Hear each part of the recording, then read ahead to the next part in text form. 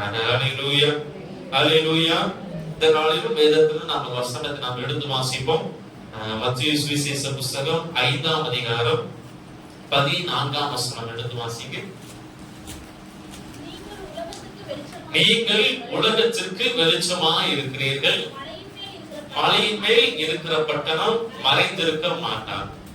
ஆண்டவராகிய இயேசுவானவர் மலை பிரசங்கத்தில் அநேக உபதேசங்களை தேவன் கற்றுக் கொடுத்தார். நாம் எல்லாரும் அறிந்திருக்கிறோம். வேதம் சொல்லுகிறது, நீங்கள் உலகத்திற்கு வெளிச்சமாய் இருக்கிறீர்கள். நீங்களும் நானும் இந்த உலகத்திற்கு வெளிச்சமாய் இருக்கணும்னு சொல்லி கர்த்தர் என்ன பண்ணுகிறார்? எதிர்பார்க்கிறார். வெளிச்சம் அப்படி என்றால் வெளிச்சம் எதற்கெல்லாம் பயன்படுகிறது?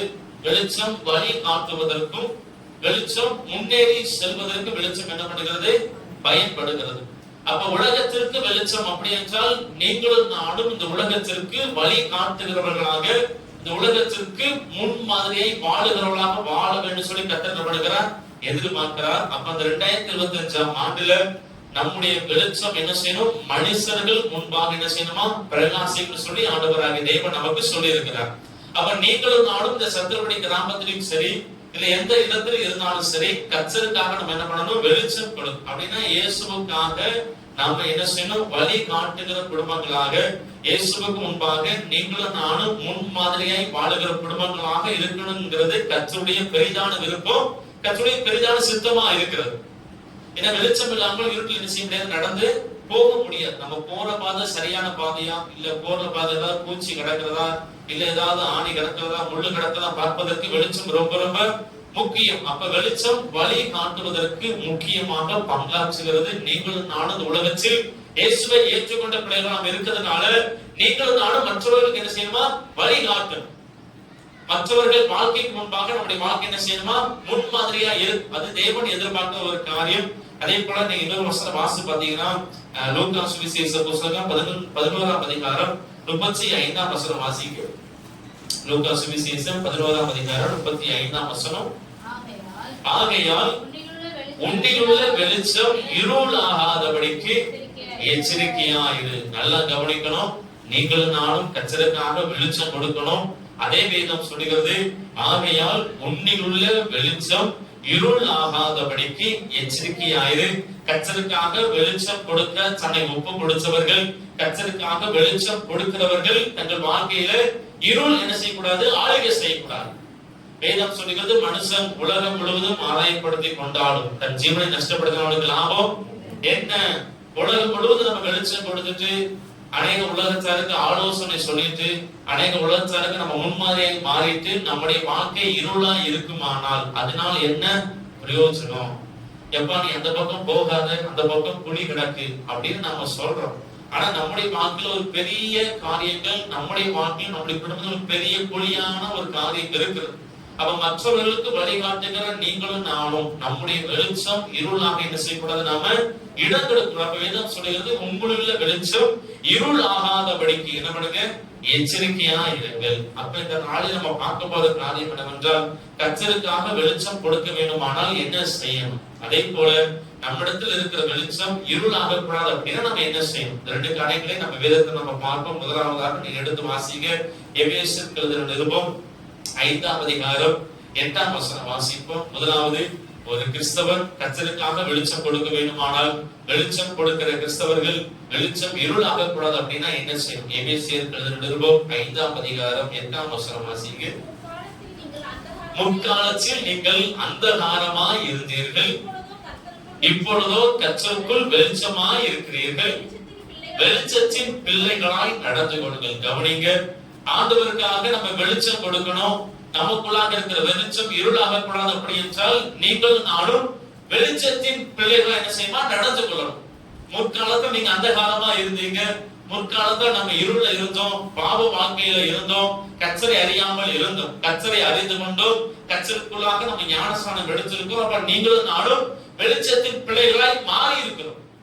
அப்ப நீங்களும் நானும் வெளிச்சத்தின் பிள்ளைகளை என்ன செய்யமா? நடக்கணும்.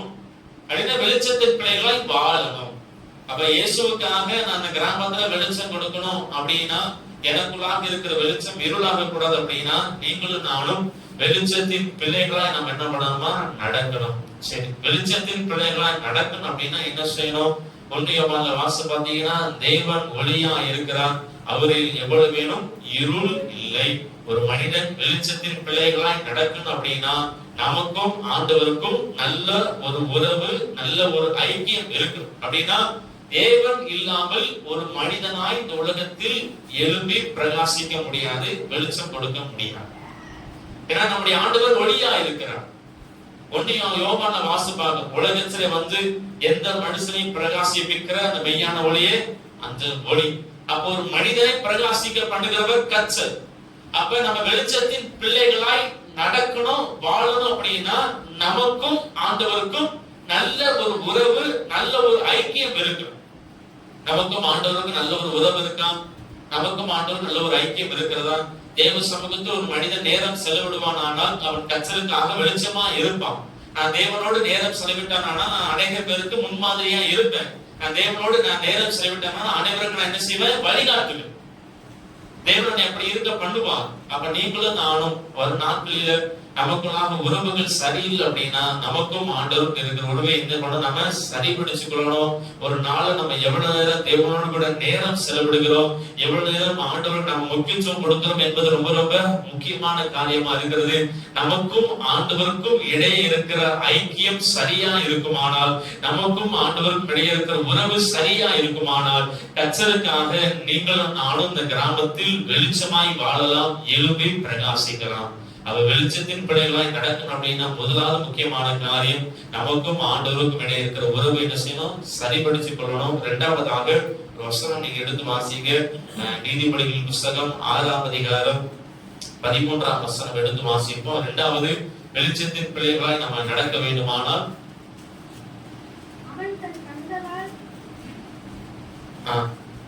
நீதிமொழிகள் 6:23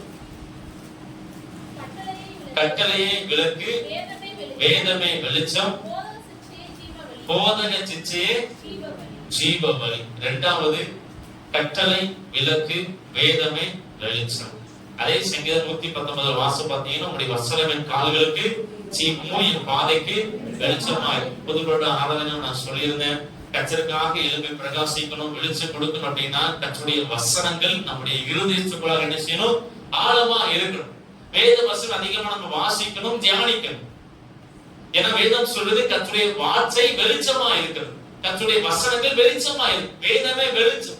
அப்ப நம்முடைய இருதயத்துக்குள்ளாக கர்த்தருடைய வேதம் இருக்குமானால் அது நம்முடைய கால்களுக்கு ஜீவமா இருக்கிறது. நம்ம கர்த்தருக்காக எழும்பி பிரகாசிக்க வசனம் நமக்கு என்ன செய்யணும்? உதவி செய்யும். நம்ம முதலாவது நமக்கும் ஆண்டவருக்கும் இடையே இருக்கிற உறவு என்ன செய்யணும்? வலுப்படணும். 2வதாக வசனங்களை நம்ம வாசிக்கிறவர்களாக, தியானிக்கிறவர்களாக நம்ம என்ன பண்ணணும்? மாறணும். நம்முடைய இருதயத்துக்குள்ளாக வசனங்கள் எந்த அளவுக்கு இருக்கிறது, நம்முடைய இருதய பலகையில் நம்ம எந்த அளவுக்கு வேத வசனம் நம்ம எழுதி வைத்திருக்கிறோம். சிறு பிள்ளைகளும் சரி, வாலிப பிள்ளைகளும் சரி, பெரியவர்களும் சரி, நம்முடைய இருதயத்துல என்ன செய்யணும்? வசனங்கள் என்ன செய்யணும்? இருக்கணும். 5 வயசுல ஆண்டவருக்கு வெளிச்சம் கொடுக்கணும், 50 வயசுல ஆண்டவருக்கு வெளிச்சம் கொடுக்கணும், 70 வயசுல ஆண்டவருக்கு என்ன செய்யணும்? வெளிச்சம் கொடுக்கணும். அதனாலதான் தேவன் எதிர்பார்க்கிறார். வேதம் சொல்றது கட்டளையே விளக்கு, வேதமே வெளிச்சம். அப்ப வேத வசனங்கள் நம்முடைய இருதயத்துக்குள்ளாக இருக்குமானால் கர்த்தருக்காக என்ன பண்ணலாம்? நாம வெளிச்சம் கொடுக்கலாம். நம்முடைய பாதைகள் சரிபட வேண்டுமானால், நம்முடைய குடும்பங்கள் சரிபட வேண்டுமானால் கர்த்தருடைய வார்த்தைக்கு என்ன செய்யணும்? நம்ம முக்கியத்துவம் கொடுக்கணும். வசனங்கள் அதிகமாய் வாசிக்கணும், வசனங்கள் அதிகமாய் நம்பணும், தியானிக்கணும். வேதம் சொன்னது போல இருதயமாக பலகைகள் என்ன பண்ணு? எழுதிக்கும். என்னுடைய போதகத்தை கட்டளைகள் இதயமாக பலகைகள் என்ன பண்ணு? எழுதிக்கும். நம்முடைய இருதய பலகைகள் என்ன செய்யணும்? வசனம் நாம் எழுதி கொள்கிற போது அது நிச்சயமாய் நம்முடைய வாழ்க்கைக்கு ஒரு பெரிய ஆசீர்வாதம். அப்ப நீங்களும் நானும் கர்த்தருக்காக வெளிச்சம் கொடுக்கணும். நமக்குள்ளாக இருக்கிற வெளிச்சம் இருள் ஆகக்கூடாது அப்படின்னா நீங்களும் நானும் வெளிச்சத்தின் பிள்ளைகளாய் வாழணும். வெளிச்சத்தின் பிள்ளைகளாய் வாழுகிறவர்கள் தேவனோடு கூட நல்ல ஒரு உறவை ஏற்படுத்திக் கொள்ளணும். அதே போல வேத வசனம் நம்ம என்ன பண்ணணும்? அதிகமாய் வாசித்து தியானிக்கிற போது நம்ம வெளிச்சத்தின் பிள்ளைகளாய் வாழலாம். வெளிச்சத்தின் பிள்ளைகளாய் வாழ்கிறவர்கள் கர்த்தருக்காக வெளிச்சம் கொடுப்பார்கள். இருள் நம்மை அணுகாதபடிக்கு அந்த வெளிச்சம் என்ன செய்யும்? பாதுகாக்கும். நம்முடைய வாழ்க்கையில இருள் இருக்குமானால் இருளை விரட்டுவதற்கு ஒரே ஒரு காரியம், வெளிச்சம் நமக்கு தேவை. வெளிச்சம் இல்லாமல் இருள் என்ன செய்யாது? விலகா. இருள் அப்படி என்றால் பயங்கள், கலக்கங்கள், நடுக்கங்கள் இடுக்கங்கள் எல்லாம் இருளை சார்ந்து அப்படிப்பட்ட காரியங்கள் நம்மை விட்டு விலகணும் அப்படின்னா நம்ம கர்த்தருக்காக வெளிச்சம் கொடுக்க நீங்கள் ஒப்பு கொடுங்கள், உங்களை அர்ப்பணிங்கள். ஆண்டவர் நிச்சயமா நமக்கு வேண்டிய கிருபைகளை வேண்டிய பலனை கர்த்தர் அதிகமாய் கொடுக்க தேவன் வல்லவராக இருக்கிறார். அல்லேலூயா, அல்லேலூயா. அதனால வாலிப பிள்ளைகள் நீங்க கவனமா வச்சுக்கோங்க. வசனம் அதிகமா நீங்க வாசிங்க, வசனம் அதிகமா உங்க மனதில் நீங்கள் வைத்துக் கொள்ளுங்கள். அது உங்க வாழ்க்கைக்கும் உங்க எதிர்காலத்துக்கும் இடமனும் ஆசீர்வாதமா இருக்கும். இரண்டாவதாக கர்த்தருக்காக நம்ம வெளிச்சம் கொடுக்க வேண்டுமானால் எடுத்து வாசிங்கள். எபேசியருக்கு எழுதின நிருபம் 5ஆம் அதிகாரம் 11ஆம் வசனம், 12ஆம் வசனம், 13ஆம் வசனம், 3 வசனங்கள் வாசிப்போம். கனியற்ற அந்தகார கிரியைகளுக்கு உடன்படாமல் அவைகளை கடிந்து கொள்ளுங்கள். அவலட்சணமாய் இருக்கிறதே அவைகளெல்லாம் கடிந்து கொள்ளப்பட்டு வெளிச்சத்தினால் வெளியரங்கமாகும். வெளியரங்கமாகிறதெல்லாம் வெளிச்சமா இருக்கிறது. கவனிங்க. இரண்டாவது, நீங்களும் நானும் கர்த்தருக்காக வெளிச்சம் கொடுக்கணும். நமக்குள்ளாக இருக்கிற வெளிச்சம் இருளாக கூடாது அப்படின்னா முக்கியமான காரியம் வேதம் சொல்கிறது வெளியரங்கம் ஆகிறதெல்லாம் வெளிச்சமா இருக்கிறது. அப்ப இரண்டாவது, அந்தரங்கமான பழக்க வழக்கங்கள் நம்முடைய குடும்பத்துக்குள்ளாக வாழ்க்கைக்குள்ளாக இருக்கக்கூடாது. ஏன்னா அந்த வசனத்துல 11 வசனம் வாசம் பார்த்தீங்கன்னா கனியற்ற அந்தகார கிரியைகளுக்கு உட்படாமல் கடிந்து கொள்ளும். அந்தரங்க வாழ்க்கை, அந்தரங்க பாவங்கள், அந்தரங்க உறவுகள் நம்முடைய குடும்பத்துக்குள்ளாக என்ன செய்யக்கூடாது, இருக்கக்கூடாது. ஒரு குடும்பத்துக்குள்ளாக மறைவான பாவங்கள் இருக்குமானால், மறைவான உறவுகள் இருக்குமானால், மறைவான பழக்க வழக்கங்கள் இருக்குமானால் அவர்களால் கர்த்தருக்கு வெளிச்சம் கொடுக்க முடியாது. நம்முடைய வெளிச்சத்தை அந்தரங்க பாவங்கள் இருளாக்கிடும். கணவன் மனைவிக்கு தெரியாம செயல்படக்கூடாது, மனைவி கணவனுக்கு தெரியாம செயல்படக்கூடாது, பிள்ளைகள் பெற்றோர்களுக்கு தெரியாம என்ன செய்யக்கூடாது, செயல்படக்கூடாது. அதுதான் தேவன் எதிர்பார்க்கிற காரியம். குடும்பத்துக்குள்ள இது ரகசியம், குடும்பத்துக்குள்ள இது மறைவான காரியம் நம்ம செய்கிற போது அது சண்டையை பிறப்பிக்கும், கோபத்தை பிறப்பிக்கும், போராட்டங்களை என்ன செய்யும், பிறப்பிக்கும். குடும்பத்தில் இருக்கிற சமாதானம் என்ன செய்யும், பேர் குடும்பத்தில் இருக்கிற வெளிச்சம் இருளாயிரும். வேதம் சொல்லுகிறது வெளிச்சம் ஆகிறது எல்லாம் வெளிச்சமா இருக்கிறது, வெளியரங்கமாகிறது வெளிச்சமா இருக்கிறது. அப்ப தேவன் வெளிச்சமா இருக்கிறார். நீங்களும் வெளிச்சம் கொடுக்கணும் அப்படின்னா நமக்குள்ளாக அந்தரங்கமான பழக்க வழக்கங்கள், அந்தரங்கமான வாழ்க்கை முறைகள் என்ன செய்யக்கூடாது, நமக்குள்ளாக இருக்கக்கூடாது. உதாரணமாக பாத்தீங்கன்னா 2 வாரத்துக்கு முன்னாடி நியூஸ்ல ஒரு செய்தி நான் பார்த்தேன். இப்ப உலகத்தில் நடக்கிற செய்திகளை பார்க்கிற போது இது உண்மையாவே நடந்துச்சா அப்படின்னு யோசிக்கிற அளவுக்கு நிறைய காரியங்கள் நடக்குது. என்ன நடக்குது அப்படின்னா உத்தரப்பிரதேசத்துல ஒரு அந்த கிராமம் பேரு தெரியல, உத்தரப்பிரதேசத்துல ஒரு காரியம் நடக்கு. என்ன காரியம் நடக்குன்னா 5ஆம் கிளாஸ் படிக்கிற ஒரு பொம்பளை பிள்ளை 10ஆம் கிளாஸ் படிக்கிற ஒரு பையன்கிட்ட இன்ஸ்டாகிராம்ல மெசேஜ் பண்ணி பேசி வீட்டை விட்டு ஓடி போயிருக்காங்க. 5 படிக்கிற பொம்பளை பிள்ளைக்கு எத்தனை வயசு இருக்கும், 10 வயசு. 10ஆம் கிளாஸ் படிக்கிறதுல 15 வயசு இருக்கு அவனுக்கு. 10 வயசு ஒரு பொம்பளை பிள்ளை வீட்டுக்கு தெரியாம, பெற்றோருக்கு தெரியாம இன்ஸ்டாகிராம்ல மெசேஜ் பண்ணி பேசி பழகி வீட்டை விட்டு ஓடி போய் அதுக்கப்புறம் கம்ப்ளைண்ட் பண்ணி உடனே என்ன பண்ணாங்க, திருப்பி கூட்டி வீட்டுக்கு கூட்டி வந்திருக்கிறாங்க. அப்ப அந்த 10 வயசு அந்த பொம்பளை பிள்ளைக்கு என்ன தெரியும், என்ன பேசி பழகி வீட்டை விட்டு ஓடி போற அளவுக்கு என்ன தைரியம் அந்த பிள்ளைகளுக்கு வந்தது? நிறைய நியூஸ் இருக்கு. அது நிறைய நம்முடைய இந்தியாவுக்குள்ளாக நிறைய நாட்டுல நடக்கு, நிறைய ஊர்கள்ல நடக்கு. அப்ப நாட்கள் போக போக பார்க்கிற போது இன்னைக்கு இருக்கிற சிறு வயசுல இருந்து இன்னைக்கு பிள்ளைகள் என்ன செய்வாங்க, ஏது செய்வாங்கிறது தெரியும். அந்த பழக்கம் எப்படி வருதுன்னு தெரியல, அது எப்படி பழகுறாங்கன்னு தெரியல. அந்த அளவுக்கு சிந்தைகள் போகுதுன்னு நமக்கு தெரியப்படாது. அப்ப இதெல்லாம் வாஸ்து பார்க்கிறப்ப இதெல்லாம் உண்மையா நடந்துச்சா அப்படின்னு யோசிக்க தோணுது. அப்ப அந்தரங்கமான காரியங்கள், பெற்றோர்களுக்கு தெரியாம பிள்ளைகள் செய்கிற காரியங்கள் நல்லா ஞாபகம் வச்சுக்கணும். நம்ம பிள்ளைகளை நம்ம நல்லபடியா தான் வளர்க்கிறோம், நல்லபடியா தான் சொல்லி கொடுக்கிறோம். ஆனா நம்ம பிள்ளைகள் படிக்க போறாங்க, நம்முடைய பிள்ளைகள் வேலைக்கு போறாங்க, படிக்க போற இடத்துல நம்முடைய பிள்ளைகளை யார்கிட்ட பழகுறான்னு நமக்கு தெரியாது. வேலைக்கு போற இடத்துல, அதே போல தங்கியிருக்கிற இடத்துல நம்முடைய பிள்ளைகளுடைய நண்பர்கள் யார் நமக்கு தெரியாது. ஏன்னா நல்ல ஒரு காரியத்தை ஞாபகம் வச்சுக்கோங்க, எந்த ஒரு மனிதனும் அதிகமாய் பேசி பழகுறோமோ அவங்களுக்கு முன்னாடி குணாதிசயங்கள் நம்முடைய வாழ்க்கையில வெளிப்படும். உதாரணத்துக்கு எனக்கு ஒரு நண்பர் இருக்குன்னு வச்சுக்கோங்களேன், அந்த நண்பர் ரொம்ப கோபப்படுவார்னு நினைச்சுக்கிறோங்க. ஒரு கோபப்படுகிற, அடிக்கடி கோபப்படுகிற ஒரு ஆளுக்கு நான் அதிகமான பேசி பழகுற அப்படின்னா அவருக்குள்ளாக இருக்கிற கோபம் எனக்குள்ளாக என்ன செய்யும், வரும். நம்ம யார்கிட்ட நம்ம அதிகமாய் பேசி பழகுறோமோ அவருடைய குணாதிசயங்கள் நம்முடைய வாழ்க்கையில வெளிப்படும். அன்பா இருக்கிற நம்ம பேசுகிறோம், நமக்குள்ள அன்பு வெளிப்படும். அதே போல ஒருவர் பொறுமையா இருக்கிறாரு, ஒருவர் நல்ல உதவி சார் அப்படின்னா அவர் கூட நம்ம இருக்க நமக்கு அந்த குணங்கள் என்ன செய்யுமா, நமக்கு வெளிப்படும்.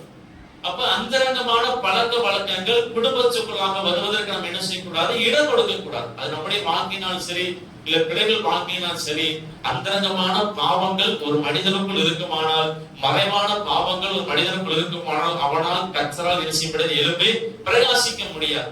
நம்ம ஆண்டவருக்காக வெளிச்சம் கொடுக்கணும், நம்ம ஒரு முன்மாதிரியை வாழணும், வழிகாட்டியை வாழணும் அப்படின்னா நீங்கள் நான் என்ன செய்யணுமோ அந்தரங்கமான பாவம் பழக்கம் என்ன செய்யலாம விலகி இருக்கணும். தேவன் அதை எதிர்பார்க்கிறார்.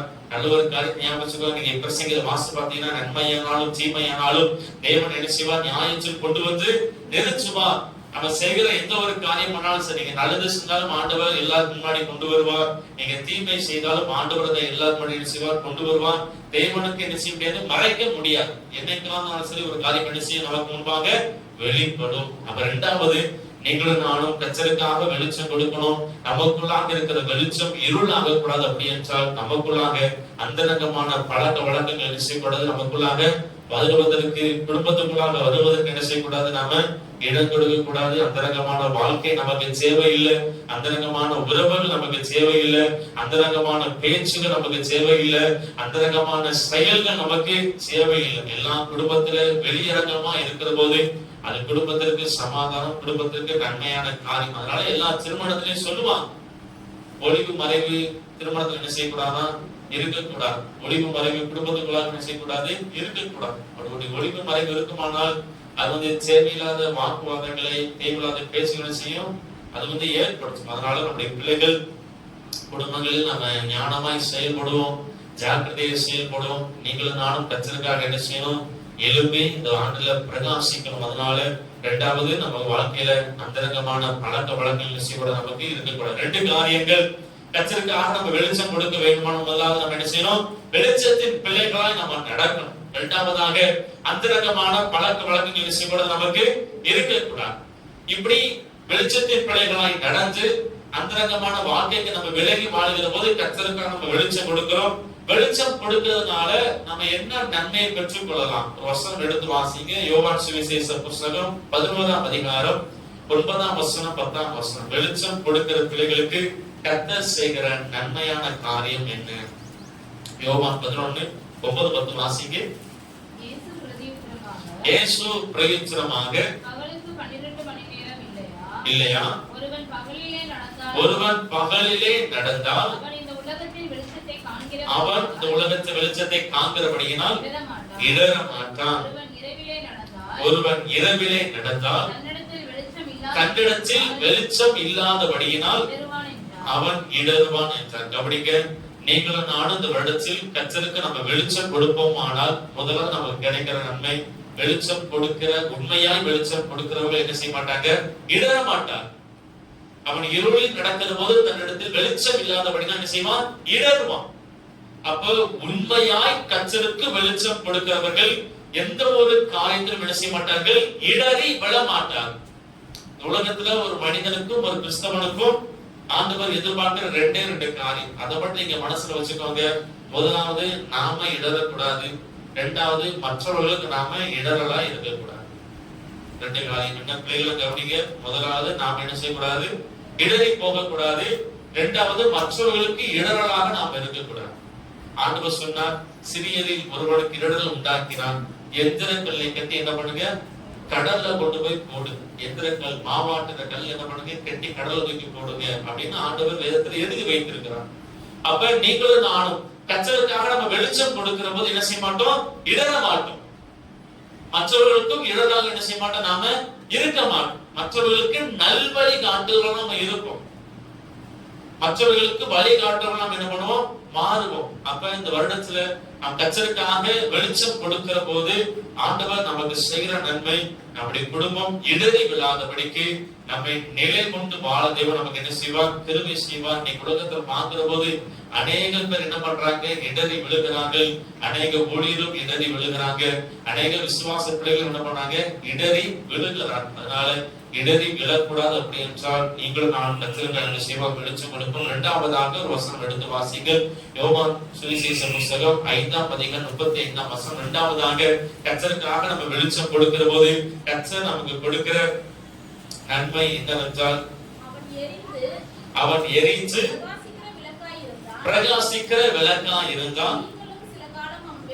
நீங்களும் சில காலம் அவன் வெளிச்சத்தில் கலிகூர மனதா இருந்தீர்கள். கவனிங்க, இரண்டாவது எழும்பி பிரகாசிக்கிற போது கர்த்தருக்காக வெளிச்சம் கொடுக்கிற போது கர்த்தர் செய்கிற இரண்டாவது நன்மை, யோவான் ஸ்நானகன் எரிந்து பிரகாசிக்கிற விளக்காய் இருந்தான். அவன் வெளிச்சத்தில் சில பேர் கலிகூர மனதா இருந்தார்கள் அப்படின்னு இயேசுவானவர் அங்க இருக்கிற சீசர் என்ன பண்ணா சொன்னான். அப்ப ஒரு மனிதன் பிரகாசிக்கிற போது, ஒரு மனிதன் வெளிச்சம் கொடுக்கிற போது அந்த வெளிச்சத்தினால என்ன உண்டாகும், ஒரு களி கூறுதல், ஒரு மகிழ்ச்சி உண்டாகும். யோவான் ஸ்நானகனுடைய பிரகாசத்தினால, வெளிச்சத்தினால அநேக பேர் மனம் திரும்பினார்கள். அநேக பேர் மனம் திரும்புவதற்கேற்ற ஞான ஸ்நானம் எடுத்தார்கள். அநேக வேசிகளும் அநேக பாவிகளும் என்ன பண்ணார்கள், யோவான் ஸ்நானகனை தேடி போனார்கள். வேதத்தை நம்ம அப்படிதான் வாசித்து பார்க்கிறோம்.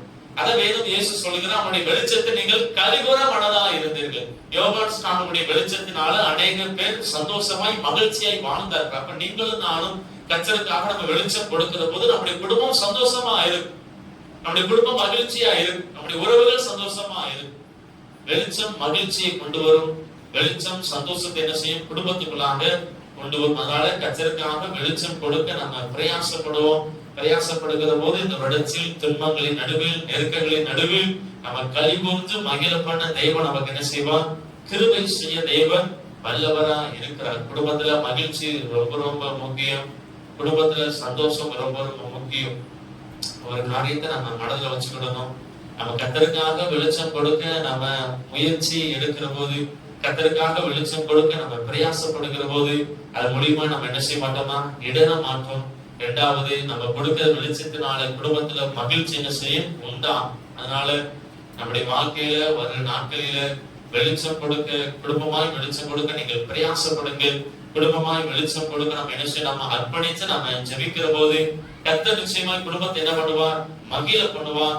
குடும்பத்துல மகிழ்ச்சி சமாதானம் ரொம்ப ரொம்ப முக்கியம். இன்னைக்கு ஒரு சில பேர் பார்க்கிற போது அது ஒரு பெரிதான காரியம் என்ன செய்ய மாட்டாங்க, நினைக்கிறாங்க என்ன சரி, குடும்பத்துல ஒரு சமாதானம் இல்ல, குடும்பத்துல ஒரு சந்தோஷம் இல்லை அப்படின்னா சமாதானத்தை கொண்டு வர என்ன செய்யணும், சந்தோஷத்தை கொண்டு வர என்ன செய்யணும், நம்முடைய வாழ்க்கையில என்ன குறைபாடுகள் இருக்கிறது, இல்ல நம்ம ஏதாவது தவறு செய்கிறோமா, இல்ல நம்முடைய பாதைகள் சரியா இருக்கிறதா, நம்ம சரியாதான் நடந்துகிறோம் என்பதை என்ன செய்யணும், நம்ம யோசித்து உட்கார்ந்து நிதானிக்கிற போது தேவன் நமக்கு வேண்டிய ஆலோசனை என்ன செய்வான், கொடுப்பான். குடும்பத்துல சமாதானம் வேணும்னு சொல்லி உலக பரமா என்ன செய்யக்கூடாது, நாம யோசிக்க கூடாது. இப்ப பொதுவா பாத்தீங்கன்னா நம்முடைய நாட்டுல குடிப்பழக்கங்கள் ரொம்ப ரொம்ப அதிகமாயிடுச்சு. நிறைய இடங்களை பாத்தீங்கன்னா டாஸ்மாக் முன்னாடி நிறைய என்ன பண்ணுவாங்க, விழிப்பு ஒரு நோட்டீஸ் மாதிரி கொடுப்பாங்க, குடிக்காதீங்க குடிக்காதீங்கன்னு சொல்லி நிறைய பேர் கொடுப்பாங்க. அதே போல நிறைய வீட்லயும் கொடுக்காதீங்க குடிக்க நிறைய பேர் சொல்லி இருக்கிறாங்க. அதே போல நாட்டிலேயே போட்டு குடிய கெடுக்கும்னு போட்டு, ஆனா இருந்தாலும் அது கூட்டம் ஒவ்வொரு நாளும் அதிகமாகும். ஒவ்வொரு முறை நீங்க தீபாவளிக்கு பார்த்தாலும் சரி, புதுவடுக்கு பார்த்தாலும் சரி, 400 கோடி விற்பனை, 500 கோடி விற்பனை, 600 கோடி விற்பனை சொல்லி கோடி கோடி என்ன பண்ணுது, பணம் அங்க போய் கொட்டு. இந்த புதுவடுக்கு நான் 450 கோடி 460 கோடி விற்பனை இருக்கு தமிழ்நாட்டுல மது விற்பனை. அப்ப எந்த அளவுக்கு ஜனங்கள் என்ன பண்றாங்க, அதுல அடிமையா இருக்கிறாங்க. என்னன்னு கேட்டா நிறைய பேர் சொல்லுவாங்க, நான் செய்யற வேலையினால மனசு கஷ்டத்தினால என்ன பண்றேன், குடிக்கிறேன், மனசுக்கு ஆறுதல் இல்ல, மனசுல சந்தோஷம் இல்ல, குடிச்சா நல்லா இருக்கு அப்படிங்கிற எண்ணங்கள் என்ன இருக்கு. அப்ப நம்முடைய எண்ணங்கள் எந்த அளவுக்கு மாறி இருக்கு. இன்னைக்கு ஒரு கிறிஸ்தவ குடும்பத்துல சந்தோஷம் சமாதானம் இல்லை அப்படின்னா நம்ம சேர வேண்டிய ஒரே இடம் வேதம் சொல்லுது, நம்முடைய சமூகத்தில் பரிபூர்ணமான ஆனந்தம் உண்டு. அப்படித்தான் ஆண்டவர் சொல்லி வைத்திருக்கிறார். அப்ப நம்ம குடும்பத்துல சந்தோஷம் குறைவா இருக்கு, சமாதானம் குறைவா இருக்கு அப்படின்னா நம்ம என்ன செய்யணும்? தேவ சமூகத்துல உட்கார்ந்து நம்ம என்ன செய்யணும்? சரிபடிச்சு கொள்ளணும். நம்ம ஆண்டவருக்காக வெளிச்சம் கொடுக்கிற போது அந்த வெளிச்சம் ஒரு மகிழ்ச்சி என்ன செய்யும்? கொண்டு வரும். வெளிச்சம் ஒரு சந்தோஷத்தை என்ன செய்யும்? கொண்டு வரும். குடும்பத்துல குடும்ப தலைவர் வெளிச்சம் கொடுப்பாரானால், குடும்பத்துல குடும்ப தலைவி வெளிச்சம் கொடுப்பாரானால், குடும்பம் முழுவதும் என்ன செய்யும்? சந்தோஷத்தை என்ன செய்யும்? ஏற்படுத்தும். குடும்பம் முழுவதும் சமாதானத்தை என்ன செய்யும்? ஏற்படுத்தும். ஏன்னா யோவான் ஸ்நானனுடைய வெளிச்சம் அங்க இருக்கிற அநேக ஜனங்களுக்கு ஒரு கலிகுறுதலை என்ன செய்தது? கொண்டு வந்தது. அப்ப நீங்களும் நானும் இந்த புது வருடத்துல அப்படி குடும்பத்துல மகிழ்ச்சி நிலைபெற்றிருக்க, சமாதானம் நிலைபெற்றிருக்கிற வெளிச்சத்தை நம்ம என்ன செய்யணும்? கொடுக்கிறவங்க நம்ம மாறுவோமானால் ஆண்டவர் நிச்சயமா நம்முடைய குடும்பத்தை சமாதானத்தினாலும் சந்தோஷத்தினாலும் நிரப்பி நம்மை ஆசீர்வதிக்க தேவன் என்னவன் இருக்கிறார்? வல்லவரா இருக்கிறார். அப்ப அந்த உலகத்துல வேதம் சொல்லுகிறது, நீங்கள் உலகத்திற்கு வெளிச்சமா இருக்கிறீர்கள். நம்ம உலகத்துல வெளிச்சமாய் வாழ வேண்டுமானால் முதலாவது 2 காரியம், வெளிச்சத்தின் பிள்ளைகளா நம்ம என்ன செய்யணும்? நடக்கணும். வெளிச்சத்தின் பிள்ளைகளா நம்ம நடக்க வேண்டுமானால் முதலாவது தேவனோடு நல்ல ஒரு உறவை என்ன செய்யணும்? ஏற்படுத்திக் கொள்ளணும். 2வதாக வேத வசனங்களை நம்ம இருதயத்தில் ஆழமாக என்ன செய்யணும்? பதிய வைத்து நம்முடைய இருதய பலகையில் நம்ம எழுதி கொள்கிற போது வெளிச்சத்தின் பிள்ளைகளாய் உலகத்துல வாழலாம். அதே போல 2வதாக நாம் கர்த்தருக்காக வெளிச்சம் கொடுக்க வேண்டுமானால் அந்தரங்கமான பழக்க வழக்கங்கள் நம்மிடத்தில் என்ன செய்யக்கூடாது? இருக்கக்கூடாது. அந்தரங்கமான வாழ்க்கை முறை, அந்தரங்கமான உறவுகள், அந்தரங்கமான செயல்பாடுகள், பேச்சுகளுக்கு நாம் என்ன செய்வோம்? விலகி இருக்கிற போது நீங்களும் நானும் கர்த்தருக்காக என்ன பண்ணலாம்? வெளிச்சம் கொடுக்கலாம். கர்த்தருக்காக வெளிச்சம் கொடுக்கிறதால ஆண்டவர் செய்கிற நன்மை என்னவென்றால், கர்த்தருக்காக வெளிச்சம் கொடுக்கிறவர்கள் என்ன செய்ய மாட்டாங்க? இடறி போக மாட்டார்கள். மற்றவர்களுக்கு இடரலாகவும் என்ன செய்ய மாட்டார்கள்? இருக்க மாட்டார்கள். 2வது, கர்த்தருக்காக வெளிச்சம் கொடுக்கிறவர்கள் என்ன செய்வார்கள்? ஒரு மகிழ்ச்சியை, ஒரு கலிகுறுதலை என்ன செய்வார்கள்? குடும்பத்துக்குள்ளாக கொண்டு வருவார்கள். ஏன்னா யோவான் ஸ்நானகர் வெளிச்சம் கொடுத்தார், அநேக பேர் சந்தோஷப்பட்டது போல, அதே போல இயேசுவானவர் உலகத்துல வெளிச்சமா இருந்தார். எனவே நாம் சொல்லுகிறது, இருளில் இருக்கிற ஜனங்கள் பெரிய வெளிச்சத்தை கண்டார்கள். பாவ பிடியில, சாப பிடியில இருக்கிற ஜனங்களுக்கு ஆட வேண்டும் விடுதலை கொடுத்ததுனால, அந்த வெளிச்சத்தினால். அதனால நம்ம வெளிச்சமா இருக்கிற போது நீங்களும் என்ன செய்யலாம்? தேவ சமூகத்துல களி கூறலாம். ஒரு மகிழ்ச்சியை, ஒரு சந்தோஷத்தை ஆண்டவர் நம்முடைய குடும்பத்துல நிறைவாய் கொடுத்து நம்மை ஆசீர்வதிக்க தேவன் வல்லவராக இருக்கிறார். வேதம் சொன்னது போல நீங்கள் உலகத்திற்கு என்ன பண்ணுங்க? வெளிச்சமா இருங்கள். உலகத்துக்கு நம்ம வெளிச்சமா இருக்க நம்ம ஒப்பு கொடுப்போம், அர்ப்பணிப்போம், அதற்கான காரியங்களை நம்ம செய்வோம். தேவன் நிச்சயமா நமக்கு வேண்டிய கிருபைகளை நமக்கு கொடுப்பார்.